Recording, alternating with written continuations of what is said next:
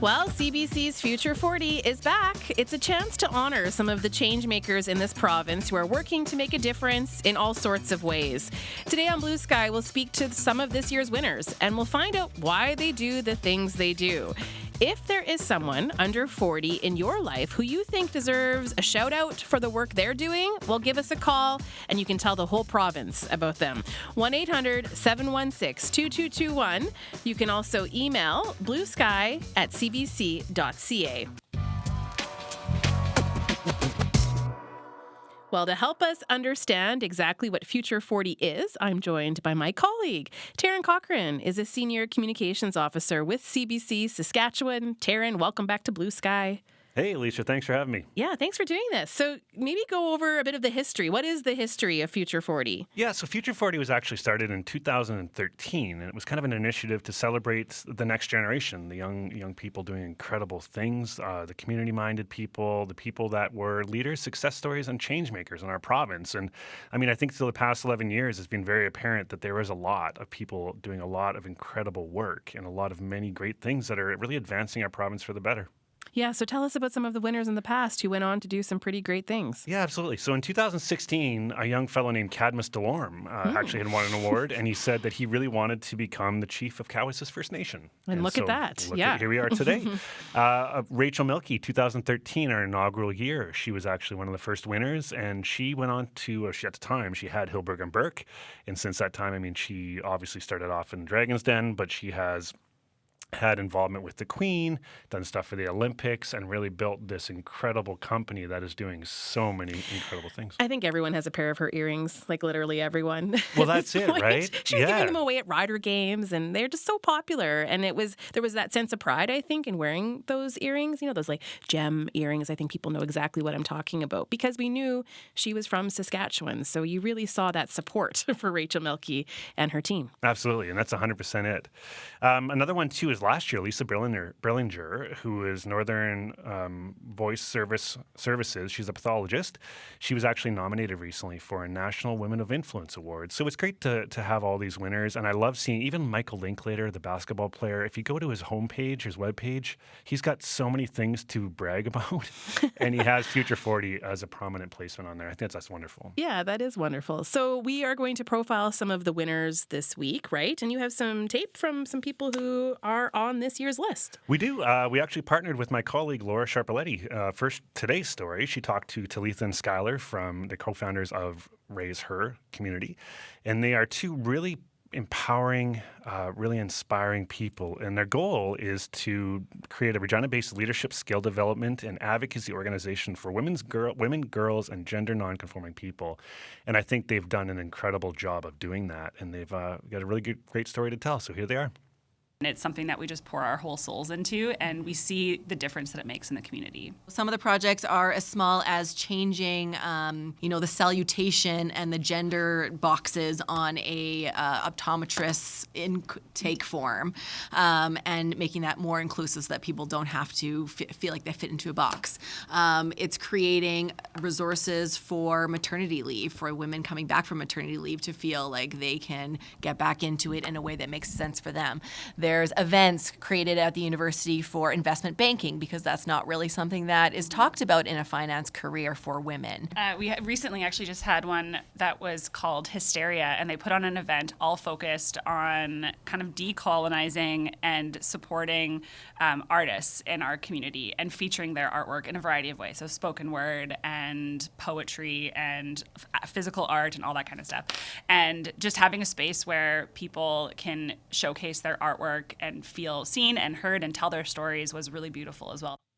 So nice to hear more from Talitha and Skylar. And I understand, Taryn, you've got one more person to tell us about. Yeah, another person, too, is Tasneem Jaisi from Saskatoon. And she's really, really incredible. I mean, I highly recommend go to her website and watch her video. But she's an immigrant from Bangladesh, in a wheelchair, and she was the first woman of color to be elected as a president of the University of Saskatchewan Students' Union. Now, when she was here, we had a little winner reception where we got to get to know the winners and do a photo shoot and video shoot and so on. I had such an incredible conversation with her that I actually had to be like, I got to get back to work because she was so wonderful to talk to. And so Laura Sharpaletti, my colleague, did, and she's going to release her story later this week. And here is more of their conversation. I am born with osteogenesis imperfecta. It is a very difficult condition. The more common term for it is brittle bone condition. And so I have, in my life, because of the effects of the condition, I have had more than 100 fractures in my life.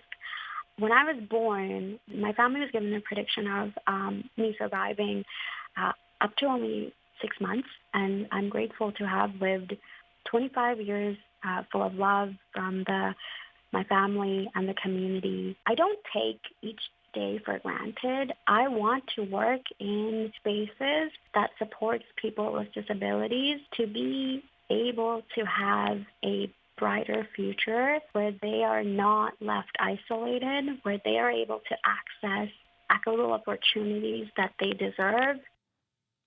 She's wonderful. She really is, Taryn. Where will people be able to see all of the winners? So you can view all these videos and read up on the winners at www.cbc.ca/future40sk. Okay, and I think we know the answer to this, but why don't you share with everyone, why is this such an important campaign? Well, Alicia, the thing about it is, and I've always really struck me about this campaign, is it's not that CBC is handpicking people to win these awards, through our storytelling and community connections and stuff. It's not like we say to ourselves, well, this person is wonderful, let's just give them an award. These are actual nominations coming in from people in the community. So the thing that I love the most about Future 40 is that the community is telling us, you really need to shine a light on this person or this organization or these people. And I think that has been the most powerful thing, that it's support from the community shining a light on people doing things that they don't expect a pat on the back for. They don't necessarily, they're not doing it for that reason, but we're doing it because it's just a nice way to say thank you.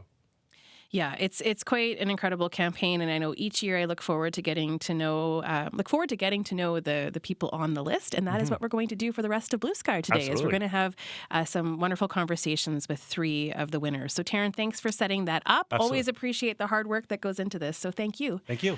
Thank you. That's Taryn Cochran. He's a senior communications officer with CBC Saskatchewan, and I'm Leisha Grabinski. This is Blue Sky. Today we are highlighting some of our Future 40 winners. But if you have someone that you think other people should know about, this is your chance to give them a shout out. So you can call us and tell us a bit of their story, 1-800-716-2221. You can also email us bluesky@cbc.ca. Now, our next guest has only been in Canada since 2015, but he's made some serious contributions to his community in that time. Ziyang Li is on the line right now in Regina. Ziyang, welcome to Blue Sky. Thank you. Yeah, thanks for being with us. I want to hear a bit of your story. I know this is a question you probably get asked a lot, but what brought you to Regina in the first place? Yes, so at the beginning, because my uncle has been living here for like a few years, that's why they invited my whole family to Canada. And then the major reasons my parents want to take me to Canada is because they wanted me to pursue better educational opportunities, and also experience like a different type of diverse culture in Canada. Mm-hmm. That's why the major reason. Yeah. And how has it been? How would you describe your time in Regina since 2015? Yes, definitely. So at the beginning, I was having lots of cultural and language barriers because English was not the official language in my home country. But and also I was having challenge to finding my own place in the community. But I'm glad to receive lots of support from the nonprofit organizations such as Regina Open Society and also Regina Public Libraries, and that's why they inspired me to grow further and transform myself from a client at the beginning to a community connection worker or a community worker in the future. Yes, we're going to hear all about the work you're doing now with Open Door, but I want to know more about those early days. You mentioned the libraries as a place that was helpful to you as you were trying to navigate the city. So what did they offer you? Yeah, like Regina Public Library did provide me the tutoring support for my lots of my subjects, and also I was receiving lots of support from the literacy programs as well, and which helped me a lot to adapt the language barriers and also other challenges at the beginning. Yeah. So how old were you when you first arrived? Oh, I was almost 18 when I arrived in Canada, and yeah, it was a very interesting time because I was kind of between the age, kind of almost graduate from high school. That's why I have to study at the adult campus on my second year. Mm-hmm. I am curious about that because, I think coming as a child would be a particular experience. Coming as an adult, but at 18, that's a unique age, or I guess the experience is unique to being 18. Like I just think of what I was doing at 18. I started university, and how different maybe your experience was trying to find your way at that age.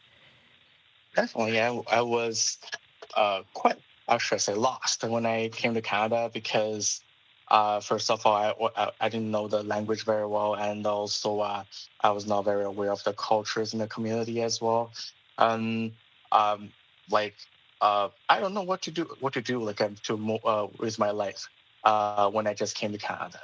Yeah. Especially I have to study extra year in the high school because I had to complete all the English and second language classes in my first year, and which gives me lots of different kind of different paths than the regular students over here. Yeah.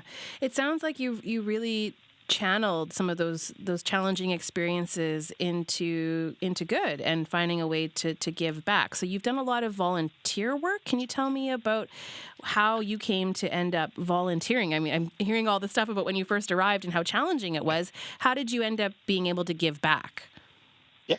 Um, to be honest, I was not aware of the impacts of the nonprofit sectors in Canada when I just arrived, and like they really like helped me out like when I was struggling a lot in 2015, and since then I really want to turn this kind of passion back to the community. That's why I started volunteer at the Regina Open Society since 2016 as the uh, homework help program a tutor, and also summer youth program to volunteer as well.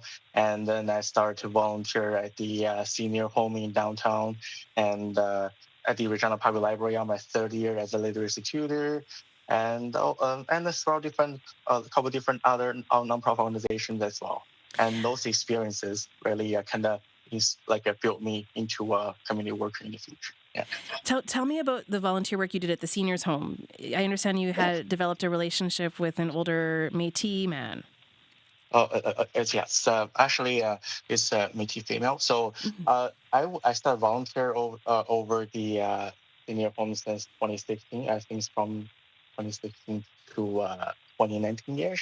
And uh, the reason I started over to volunteer over there at the beginning is because it's nearby my high school, and I really want to look for some volunteer experiences in Regina. That's why I just approached to the manager very randomly after my school, on I think it was on Monday, and I'm glad they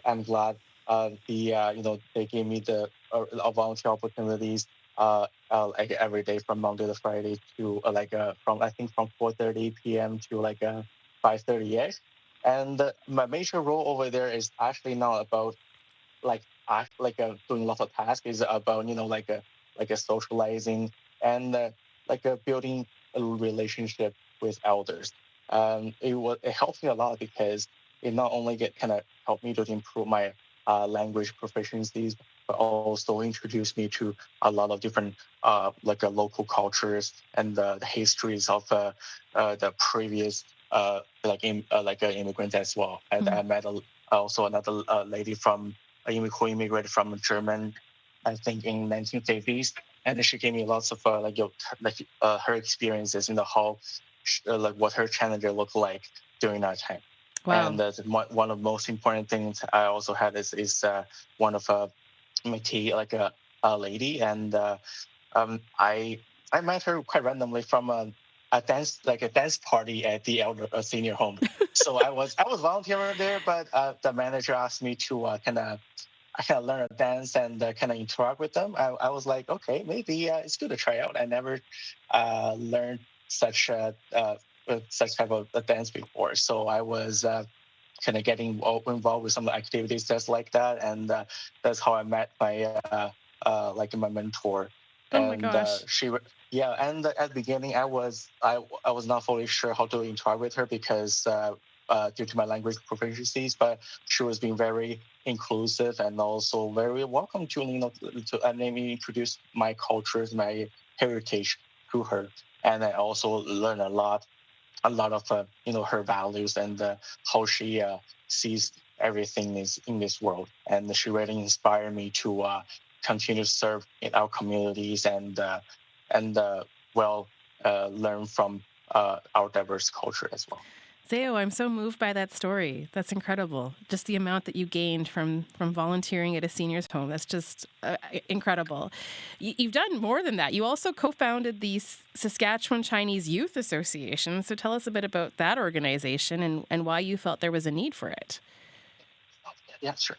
So the reason I co-founded this organization at the beginning is because actually is because the teachings from the Métis elders at the beginning. I really want to build such intercultural connections in our community, because as we are having a huge growth of the diverse culture in the community, but I still feel like there is a lack of intercultural connections or the bridges between different communities. That's why I want to we want to establish this organization, but not only to promote such cultural bridge, but also empower the local Chinese youth to make them become the future leaders in our community as well.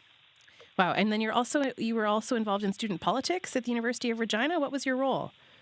Yeah, I was serving as the VP Student Affairs at the University of Regina Student Union from 2020 to 2022, and actually I had some good opportunities to work with the previous members of Ishita and Tasneem as And well. Tasneem? Yeah. And Yeah. amazing. So you've managed to pack quite a bit in your last 10 years, and you've made a lot of connections, and now you're working with Open Door, one of the organizations that helped you get your start here. So why is that important work for you? What do you get out of now working for the Open Door Society? Well, yeah, definitely. First of all, it's good to be back there, and I really appreciate the support at the beginning. That's why have lots of passion towards all these organizations and the newcomers communities, and that's why I started my role as a community connection worker over there. And my major role is to deliver cultural industry trainings to different community partners, and also building partnerships. Through different open door programs to for the better support of our newcomer communities. And I kind of enjoyed these experiences because I was kind of origin from there. I also I feel like pursuing something I'm passionate about really make me energetic every day to work on such things. Yeah. Sometimes people who end up giving back to the community, it can feel like the work is overwhelming, that there's just so much more to do. You can never do enough. And so I'm wondering if you've experienced that. And when you look around your community now, where do you think work still needs to be done?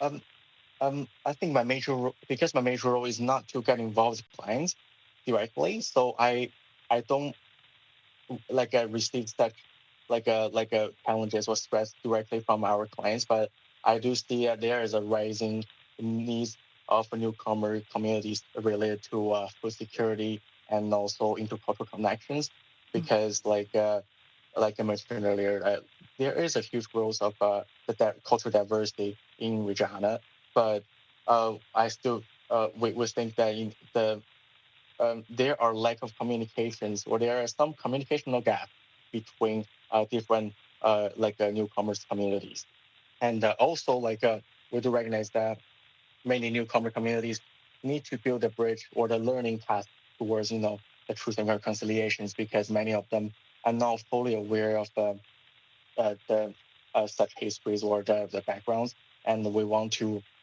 build more programs through our intercultural connections, like goes to not only build a bridge between newcomers communities and local communities, but also especially with the indigenous communities as well through such channel. Yeah. You're doing amazing work, Zayo. It's been wonderful meeting you and talking with you today. Keep it up. You're inspiring, and I just really appreciate having this conversation with you. So thank you.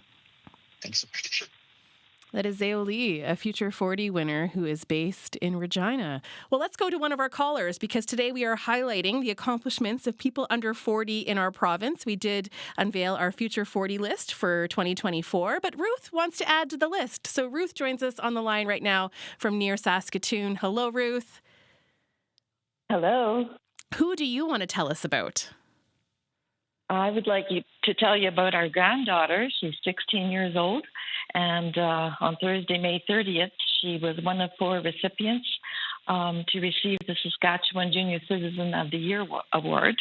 Oh. And so she was presented this award by the Lieutenant Governor, Russ Morasti, and there was also a $3,000 post-secondary school bursary presented by Travis Keisig with Sask Power, the MLA representing Sask Power, and the Saskatchewan Weekly Newspapers Association, Devin Tassa. And so she received a medallion and a framed award for being chosen. She was one of 70 nominations, and she was one of 4 recipients who received this award. Oh, that's amazing. Oh, I can tell you're just so proud. I hear that as you talk about her, obviously. So what is it about your granddaughter that made her eligible for this award? What has she contributed that made her recognized like this? Well, the award recognizes youth ages 8 to 18 for their ability to overcome challenges and live a positive lifestyle, interact with the community, and show school spirit and their display of care and responsibility. And so our granddaughter was diagnosed with cystic fibrosis at the age of 4. And so through the years, she has had Cassidy's Lemonade Stand. And so I know who she is. They've raised over $100,000 for cystic fibrosis research and advocacy. And in 2019, her Lemonade Stand won the inaugural award for young entrepreneurs from the Edwards School of Business. And so they've just done a lot of advocacy and have contributed to having the drug Trikafta, which has become accessible for her and others living with CF in Saskatchewan. So, yes, as you can imagine, we are very proud of her. Amazing. Well, she's famous. I know exactly who you're talking about. I know that lemonade stand. No wonder she was wonderful. Recognized. That's awesome. Oh, that's so great. Well, that, just the work that she's put into that and then to have that recognition, I'm sure there have been some challenges, big time over the years. And it's, probably been difficult being a grandma of someone who's had to live with that. But then at the same time, you see these things she's accomplished. So that's just awesome that you picked up the phone today to call us, Ruth. It's bittersweet, but it's just so heartwarming to see her beautiful spirit and just, she just has a wonderful heart and just puts everything she has into everything she does.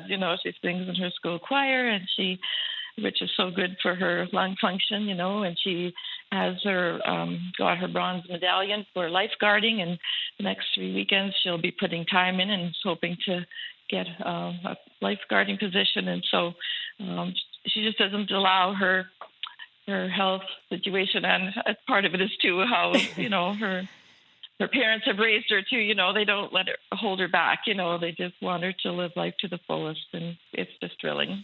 And she is. Well, inspiring to hear about that, Ruth. Thank you so much. Take care and tell her hello and congratulations from the rest of us. Okay.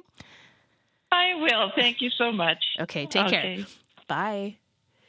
You can call us the way Ruth did, 1-800-716-2221. You can also email us, bluesky@cbc.ca.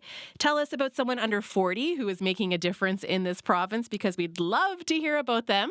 We've got a couple more people who are winners of our Future 40 award this year, but you probably know someone great too. So again, that number is 1-800-716-2221 or email bluesky@cbc.ca. Now, sometimes a jam is more than a jam.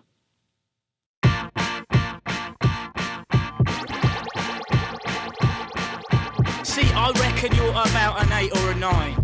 Maybe even 9.5 in 4 beers' time. That blue top, sharp top you've got on is nice. Bit too much fake tan, no, but yeah, you score high.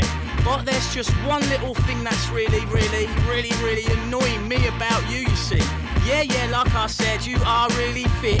But my gosh, don't you just know it? I'm not trying to pull you, even though I would like to.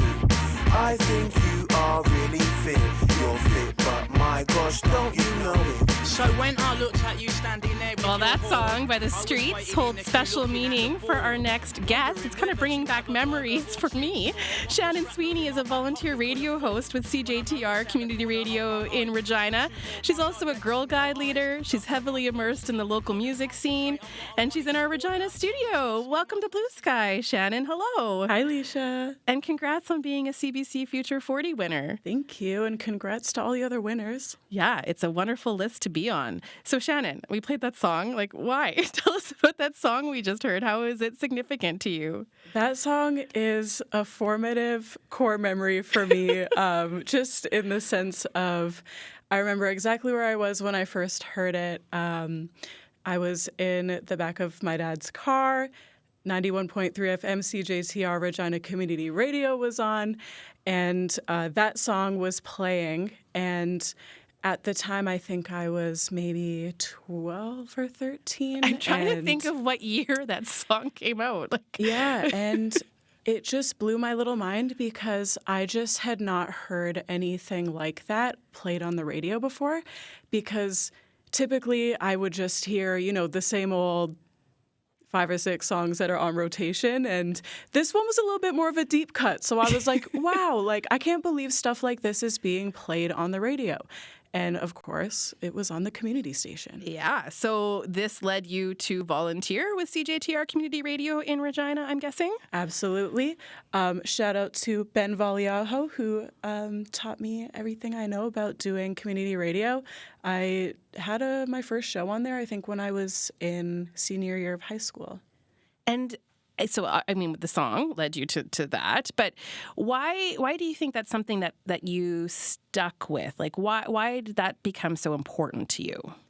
Well, I'm always on the hunt for my next favorite song. So when I hear something that's like a brand new sound to me, a kid living in Canada, hearing these sounds from the UK that are just a bit different, really kind of piqued my interest into kind of delving into more I would say niche or underrepresented genres. So I'm always kind of on the hunt for new sounds and just things that are exciting. But you're also on the hunt for new volunteers, right? So I'm going to share a little write-up here that the person who nominated you for the Future 40 Award wrote. So after a period of near collapse over the COVID-19 pandemic, Shannon brought our volunteer-created programming back from the brink so that CJTR could continue the work of providing voices from the community. CJTR is now thriving, with over 20 new programs started in the last 18 months. Many young women in particular have begun their community broadcasting careers thanks to Shannon's relentless devotion to the format. So Shannon, what did you do? Tell me about that near collapse and how you brought the programming back from the brink. Yeah, for sure. So obviously COVID was a very challenging time for everybody. And for us at this station, we were already spread pretty thin. And so our programming committee kind of took a back seat, to just focus on staying afloat. So I kind of got the gang back together. Shout out to the programming committee as well as the production manager, Joe, at the station. We really did what we needed to do to, go through the applications that had been kind of lingering for a bit, as well as putting out feelers for new applications to come in. And I think we've really bolstered our programming at the station since then. And how do you think you've brought women into this? Because that's a key line, I think, in that nomination, that many young women in particular have begun their community broadcasting careers thanks to Shannon's relentless devotion to the format. So why is having women involved in community radio so important, do you think?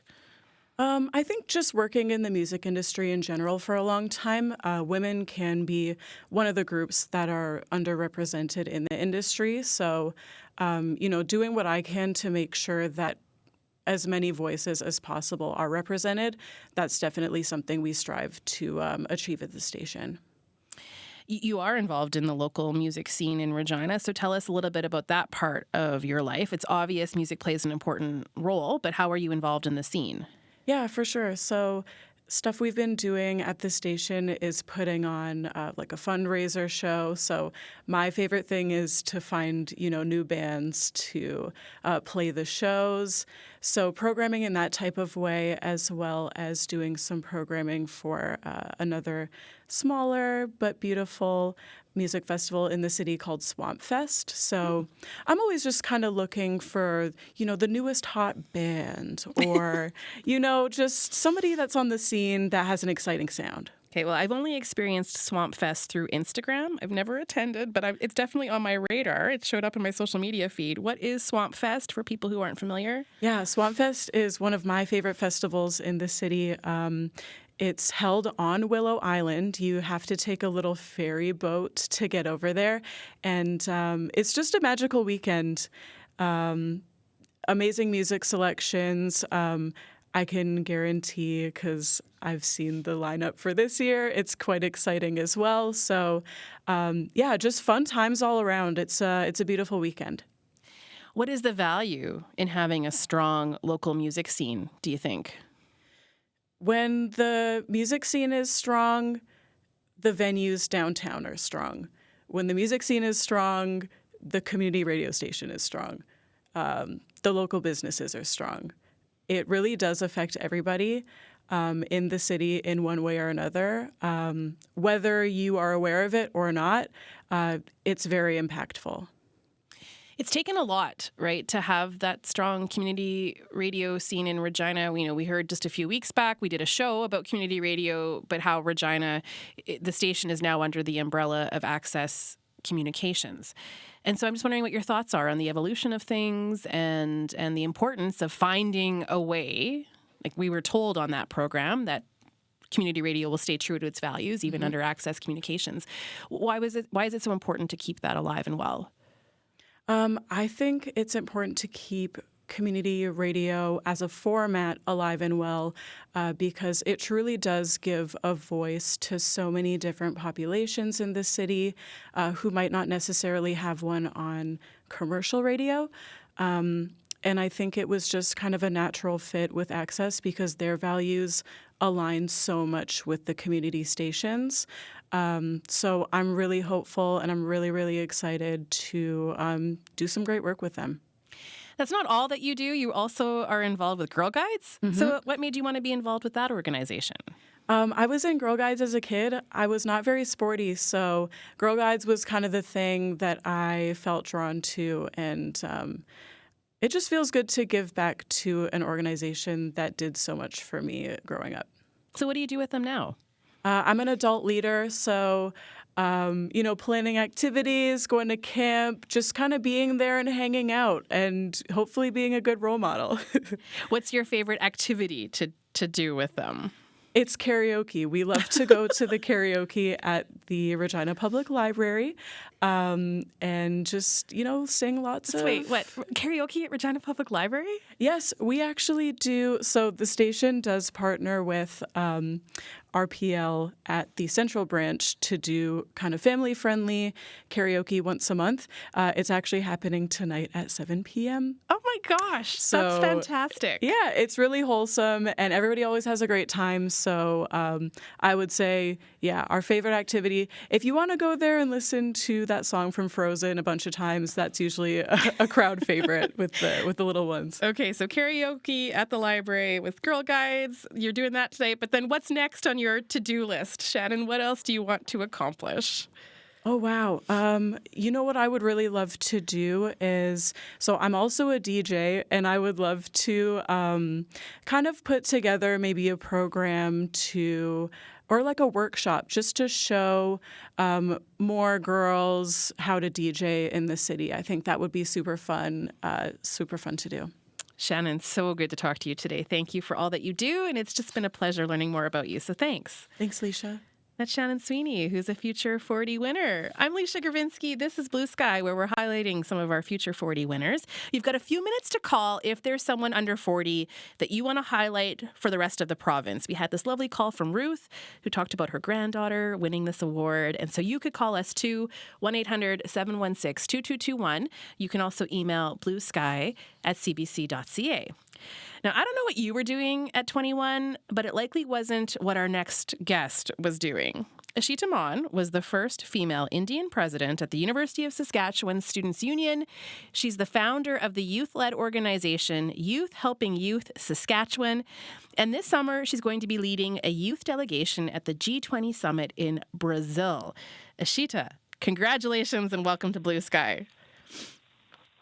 Hi, Alicia. Thank you so much for having me here. I was not surprised to see your name on this list. I've spoken to you before, and I know you've accomplished incredible things. So it's just excellent to be able to have this chance to catch up on all the things you've been doing. And I kind of want to back up a bit to hear a bit more of your personal story, because your family moved from India to Saskatchewan when you were just in elementary school.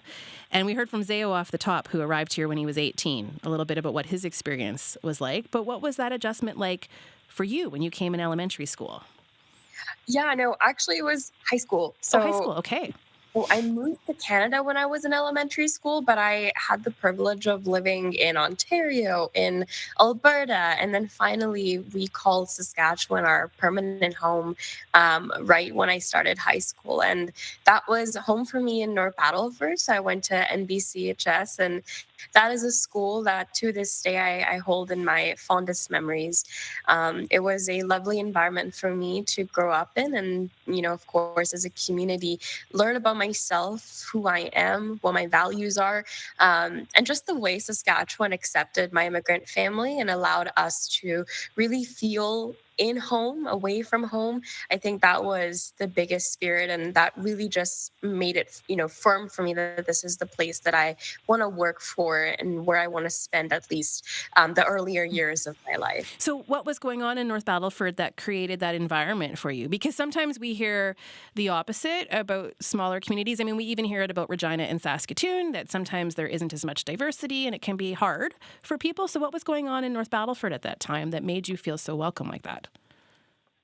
I mean, quite honestly, like even just the neighborhood that I was living in a really real way, I had a grandmother that was living right across from me that basically, in a way, pseudo-adopted me and my younger brother. That really made us feel very welcomed and feel very safe in an environment that was very new to us. I remembered NBCHS always being a very welcoming school as well, always giving me opportunities to state my opinion forward, to be able to put my skills to good use, and actually even help me develop skills that would be necessary for my life in the future. And that goes beyond academics. I think that the confidence that I even gained, especially considering English was never my first language, a lot of that confidence came by my teachers, who would never discourage me if I spelt something wrong, if I spoke in a different accent sometimes. That was never, the discouragement that was ever given my way. Instead, people opened very loving arms. They accepted my mom, my dad, my younger brother, and really made us feel whole in that community. Wow. And then you went on to run for student politics. You gave a TEDx talk. You're going to the G20. These things take incredible confidence. And so hearing what support you got, I mean, that's remarkable. And then thinking of what you've managed to accomplish, just wow. So why don't you start by telling us a bit about your time as president of the U of S Students' Union? What were the issues that were most important to you during that time? Yeah, I think the very big thing that my team and I focused on was student wellness. So that includes looking at health in a holistic manner. Instead of just looking at it physically, we focused on mental as well as spiritual health as well. We really tried to advocate for students to understand, what even mental health could be, what physical health can have a role in, especially in giving them a positive academic experience. That was a very important factor for us.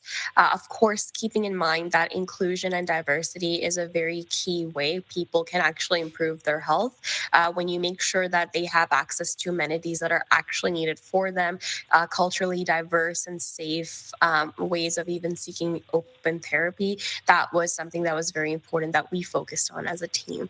And I'm very thankful for, my coworkers, especially Gurbaz Singh, Nisha Mehta, and Elizabeth Bauman, one of whom actually is still serving in the union, Elizabeth. So I think that, the relationship we built with students and within each other was very important. We also focused on housing a lot. That was a project that we worked very ardently with the city as well. And we were able to, lobby the city continuously and the provincial government to invest in building more houses in Saskatoon. So with the Housing Accelerator program that is initiating, that is something that is becoming a lived reality for a lot of students. And that includes safe renter laws, making sure that individuals that are newcomers to this country that have absolutely no idea how the housing market even works have enough information and have safe access to these amenities. So that was sort of part of the things that we focused on, of course, in a larger picture of academics and student life and just reinvigorating the university community again. And then I'm really interested in what you focused on for your TEDx talk, because you spoke about the power of building stronger micro communities. Like, what is that? What do you mean by that? Yeah, wow, that was a long time ago. So micro communities for me essentially means building smaller communities where people can feel more comfortable and then encouraging them to reach out farther. So essentially what that means is if there are newcomers in this country, right, instead of leaving them in isolation, let's find ways of connecting them to each other, building hubs where they can seek support from each other, learn from one another's experience, and then of course introducing them with people from other micro communities so that there can be an exchange of ideas, of culture, of thoughts, and of course competencies. So that's something that we really find is important. And of course, really encouraging inclusion at a very basic level. I think that right now we live in an environment that is so overly drained with competition. Everyone is running in a race. We're all trying to get the best marks, to get the best job, to get the best activity for our resume. But that essentially makes us isolated and, less connected from each other. It makes us, harbor divisive feelings, and that's not the best attitude. Instead, if we just encourage people to feel inclusive, to encourage others to be on the same level field, we can make lives better for ourselves, but also others around us. Wow. So you gave that talk a long time ago. Aren't you only 21? When did you give that talk? That was May of last year. Okay. Oh. A long time ago, because now you're focusing on the G20 summit. You've got other things. It's like, what's next? So what are you going to be doing with the G20? What will you be doing there? Yeah, so I honestly, even applying for the summit was just a very funny story. I applied and it was very last minute. I wasn't even sure if I was going to get a call because being from Saskatchewan, I feel like you all understand this. We don't really get represented a lot in a lot of federal places and a lot of activities, especially because there may just be not enough applicants from our communities, but perhaps applicants are not trained well to put their best foot forward. So when I even got the acceptance, I was very surprised. So my role specifically in my delegation of 5 people is that I am the EDI coordinator alongside being a negotiator on behalf of Canada. So equity, diversity, and inclusion, that's the portfolio? EDI? Correct. Yes, correct. And I was very lucky to be given that role. I really wanted the EDI role as well, especially because it is so crucial for addressing global challenges and actually fostering sustainable development all across communities, right? And then when Brazil announced the actual 5 tracks that are going to be debated on in Brazil, inclusion and diversity was the most important one for them this year. So I'm very excited to be debating on that track and, discussing barriers to inclusion and diversity and sort of 4 to 5 key policies that Canada would love to focus on at G20. That's big, Ishita. That's huge. Does it ever start to feel overwhelming. I am wondering, and we don't have a ton of time, but when you're doing all these things and it's such important work, but I'm wondering how you deal with the pressure of it all, right? You've put yourself, you're doing all these activities, you're going to be talking to a lot of really important people. So how do you deal with it? How does it ever feel like too much? I think, of course, there have been times where it has been very overwhelming. I think being in the public eye is never easy, and it comes with its perks and its drawbacks. But definitely one big motivator for me is the work that I do, and of course, the people that it impacts. Like Ziyang said, you initially don't start off by realizing the importance of the work. You sort of do because it makes you feel happy and makes you feel included. But that, eventually you grow to recognize that this can have overarching impact in a positive way for other people. Second, of course, is my family. I come from a family of 3 very hardworking individuals. My mother, Karun Mann, she's a teacher, especially at NVCHS. My father, Sumit Mann, he is a radiologist from back home and is currently a sonographer here. And my younger brother, who is actually starting kinesiology at USask in the fall too, who I think is also a really worthy individual for 40 under 40 because he just won this major scholarship. And I think we all should be really proud of these individuals. But there are also 3 people that continuously ground me, humble me, but at the same time make me feel safe when I need to. Ishita, thank you so much for being with us today. Congratulations on being a CBC Future 40 winner, and good luck with everything that lies ahead. Thank you so much. Thank you. That is Ishita Mann, a CBC Future 40 winner from Saskatoon. What an inspiring show. Just awesome to hear from some of the folks who are on that Future 40 list. You can find the complete list on our websites, cbc.ca/sask and cbc.ca/Saskatoon.